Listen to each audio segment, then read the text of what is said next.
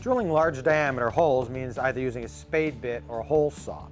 Now, both tools work well, but the problem is when you're drilling straight through a board, you end up blowing out the back and causing splintering. And that's not a problem if you're going through a wall stud or a floor joist, but if you're doing shelving or a door or any finished surface, you want to avoid that, and here's how. What you want to do is drill partway through the board, maybe like halfway through, just until the pilot bit pokes through. Then you're going to flip the board over and finish it from the other side. And let me show you how. So we're going to start, and again, drill about halfway through.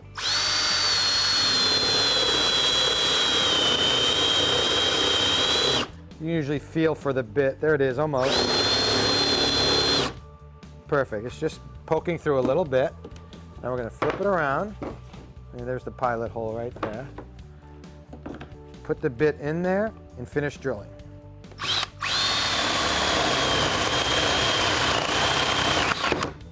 What you end up with is a perfectly clean hole that's smooth on both sides.